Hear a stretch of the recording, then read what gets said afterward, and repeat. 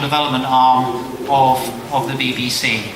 We're going to dispense with the format that I think you're all used to here at the Global Platform.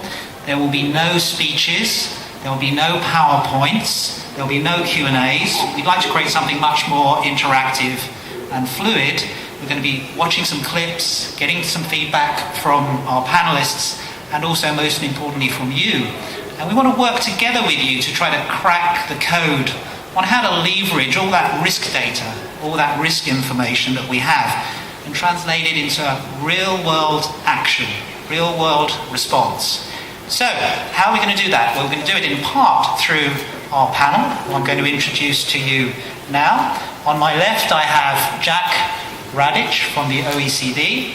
I have Anne Akwango from the Development Network of Voluntary Indigenous Associations, Geneva, Uganda.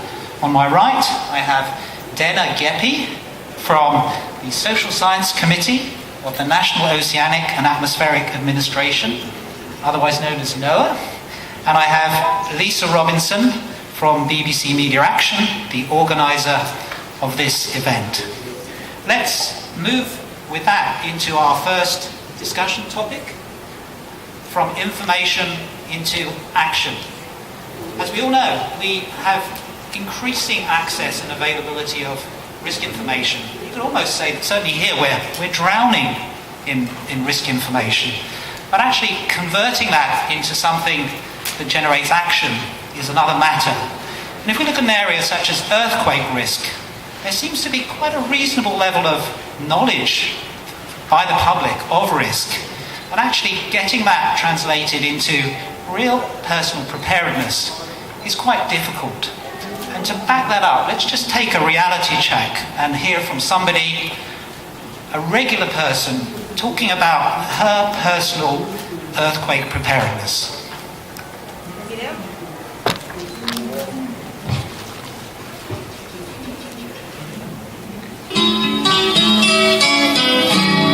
Hi, I'm Claire. I'm born and raised right by San Francisco, California. Regarding how to prepare for an earthquake, I know that you should definitely have water available. Have a backpack full of safety things and things that you would need. Clothes, flashlights, shoes, power bars, socks. Also, I think a hammer in case you're under rubble or whatnot if it's a very catastrophic earthquake. I think I was gifted a backpack by my dad, and I think it has earthquake safety things in it. I have no idea. I don't think I've even opened it. Because I've only experienced small rumbles, I'm not terribly scared. Comparing myself to other people, I'm probably just as prepared as they are, and that we're all not very prepared. I know not to go outside because power lines might go down, duck under my desk, get under a hard surface. I would never tie my furniture to the wall. I think that should be good. We tied our Christmas tree to the wall once, but I would never think to tie my furniture to the wall. So, Depa, you produced the flagship report. I've got it here, Risk Communication and Behaviour. Came out of NOAA last July. Can you tell us what's going on here a little bit? Claire seems to have quite a lot of risk information at her fingertips, but there are some things that she confesses aren't happening. She's not fastening the furniture to the wall. So can you kind of just interpret for us what's happening there? So what Claire's experience is optimism bias. So earthquake risk is something that happens to other people, not Claire. The earthquake could happen across the street. Claire won't be affected, according to Claire. So what this is this happens to other people, but it's not going to happen to me. So why does this happen? It's because risk is personal and it's often subjective. What one person considers being a risk, another person necessarily does not. Each risk also has its own unique characteristics, such as whether the risk is controllable, if the audience dreads the risk, etc. And these characteristics color how that risk is perceived. Also, scientific information, such as weather forecasts alone, in this case, risk information regarding earthquake, does not necessarily result in immediate action. And this is because of a lack of actionable, relatable information. Also, many factors do go into an individual's response to a warning. They're not only taking into account the scientific information, but also personal worries, such as an injured family member, an animal, a past experience. Besides this, their mind may be distracted by a grocery list, unpaid bills, or any number of issues that affect daily life. Thank you very much, Deborah. So, risk perception, optimism bias, lack of relating, family distractions. What can the media do you think, Lisa, to actually break through all of this? I think thanks, Frank. The media and communication, because we don't deal with media alone, that one-way approach we know doesn't work so well. So media in combination with dialogue and communication can do a lot to address things like risk perception, outcome expectations, basic things like self-efficacy, and it can foster a lot of dialogue. What I want to do is show you a clip which I think will illustrate a lot of this, and then we'll talk about it in a second.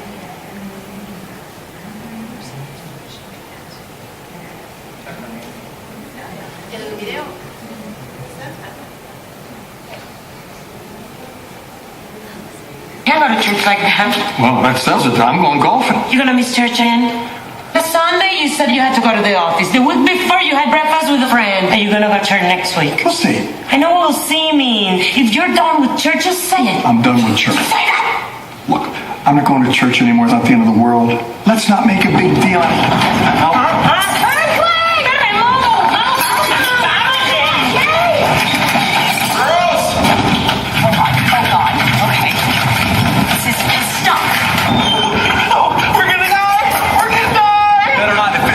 Outfits is gonna be bared out for the games. Claire! We're okay! Dad! Luke! Buddy! You okay? That thing almost fell on me. I was sitting there and it came this close to my head. It's all right. You're okay. You didn't get hurt. Are you on your feet? You're alive? Yeah, of course I'm alive. Now, for months, Claire has been after me and bugging me. Anchor the cabinet to the wall. What if we have an earthquake? We've got kids in the house. Blah, blah, blah. So it finally reached the point where I had no choice but to just roll up my sleeves and tell her I did it.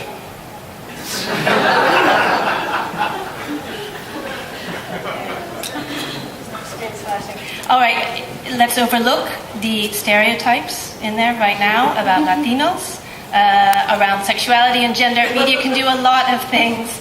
Not all of it's good. So let's put those aside.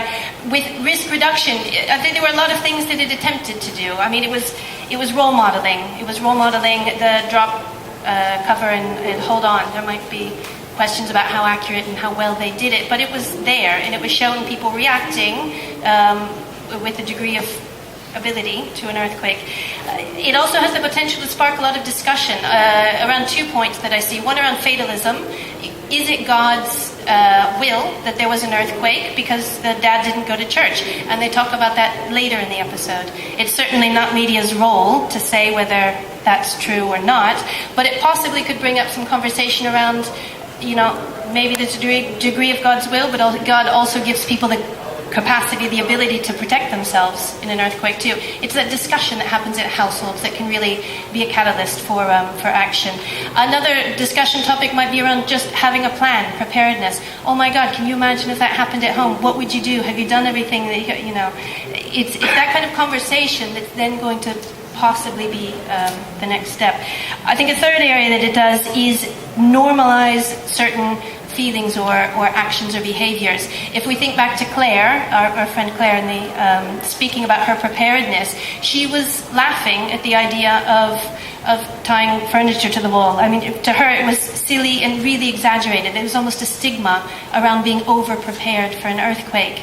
In this clip, that wasn't the case. Nobody was discussing whether he should or shouldn't tie the furniture to the wall. It was a question of when, not whether. And I think presenting that as a norm, as a very normal and sensible thing to do, helps very slightly tweak those things. There's just one thing I'll say, and that's, you'll notice that it was quite fun. A lot of you giggled by the end of it. It's entertaining.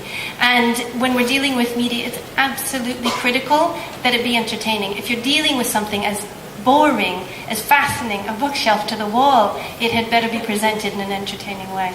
Thank you, Lisa. Yes, entertaining, and I think also maybe puncturing the white lies that are sometimes told to appease family members. Because actually, what that white lie led to was a false sense of security that could have been disastrous. Yes. So let's open it up to the audience now, to you.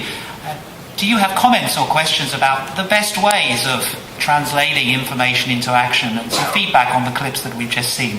Our panelists would be delighted to answer your questions. Right. Right, at the back there? Yes. Yes, Janik. Yeah, Jano. Following on from those last remarks, I completely agree. Thank you very much for that perspective. But I'm wondering, how do you make an appropriate bridge between authentic reporting, which people are going to have confidence and take real cues from when we're talking about changing behavior? We need to be trustworthy, and edutainment. Great question, Shannon. This issue of authenticity that comes from real reportage and entertainment. Right. Lisa, would you like to respond to that? Yeah, I think that actually is a really good point, and that as if any of you are thinking about communication initiatives, you've got to think of multimedia approaches. So if you just take a factual approach, you were talking about reporting, that's one type of information. This is drama. All of us will question, how real is this? It's drama. Should I believe it? Should I not? So if you're thinking about communicating with the audience, think about doing it in lots of different ways. Drama and discussion and some factual and maybe even reality shows as well, which we've done, and it works quite well. So we're not talking about one approach to using the media. Right. Okay, other questions? Yes, here, the gentleman on the side there.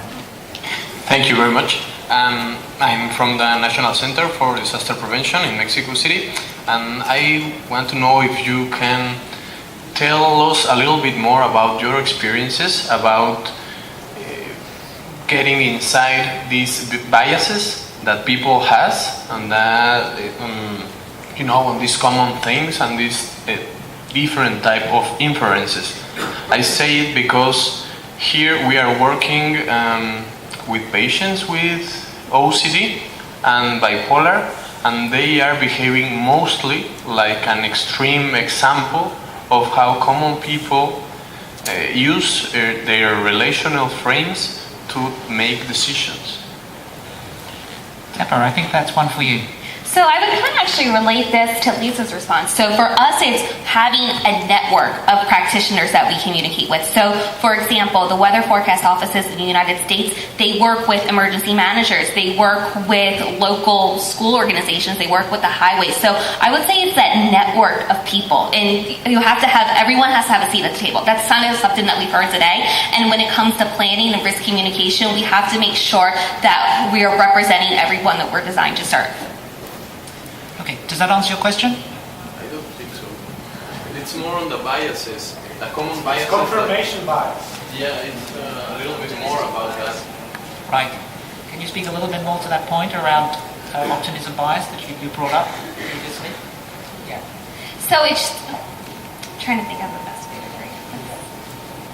When it comes to the optimism bias, there's many different things, and it kind of relates to the perceived hazard characteristics and the relevant hazard characteristics. So the perceived is how you perceive a certain event to be. So what you think will happen when a tornado comes, what you think will happen when a flood comes. Now the relevant plays into that is what happens when that actually happens and what you have experienced. So it's the difference between having the media, the government paint a picture for you and what you know for yourself. Does that help?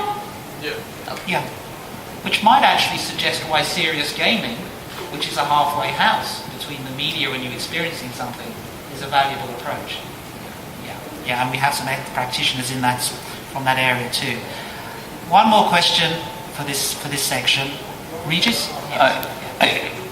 I might be off topic, but one of the concerns I have is the media coming to the forefront when there's a disaster going on. And there's some ethical issues that arise. Do you want to deal with that later or in this section? Let's deal with it now. Let's just talk about this issue that generally media resources, just like aid resources, are only deployed after a disaster. So how do we change that? Can I actually ask a question? Which is when, for example, during the Cambodian genocide, when there was a huge displacement of, 500,000 to 1 million people in one go, the American media was criticized ABC, CBS, NBC pushing forward and trying to get the best picture. And there's a dual purpose here, both communication as well as a kind of a prurient interest in people's disruption. Okay. Disruption. Thank you, Regis. Lisa, would you like to handle that? The issues around journalism ethics and attention to pre-disaster as well, and preparedness. Yeah, there's a lot to say, and I think if we start talking about the role of media in emergencies, we'll have a lot to say around ethics, about how well it's done. I think that there's a lot that we can do now to improve relations between the media and practitioners, so that the media and discussion of disasters can come up in quieter times and in a way that's very appealing. And that's an area that I think needs an awful lot of work. Thank you, Lisa. Let's move into our next discussion topic, which is dialogue. And let's, I think, start by acknowledging how much we do hear the word messages and messaging here at the Global Platform, but also acknowledge that I think communication is all about two-way flows of information and dialogue, particularly between those in authority and those most affected by risk. And I think we all know that the media can play a valuable role in generating dialogue and discussion inside families, where so much of that kind of attitudinal change needs to occur. But most importantly, dialogue can really bring together people who are in authority with formal responsibilities with communities at risk. And I think to illustrate how this can be done, we could perhaps look at a clip from a program from Nepal. The Nepali name I'm looking for is Sarjas Zawar, Common Questions, which was a nationally broadcast program that brought together communities with parliamentarians and legislators. And most importantly, the format had a touring roadshow that went to some of the most isolated parts of the country to really ensure that the most marginalised voices really got onto the national television screens. So let's look at this, and then let's hear from Anne about her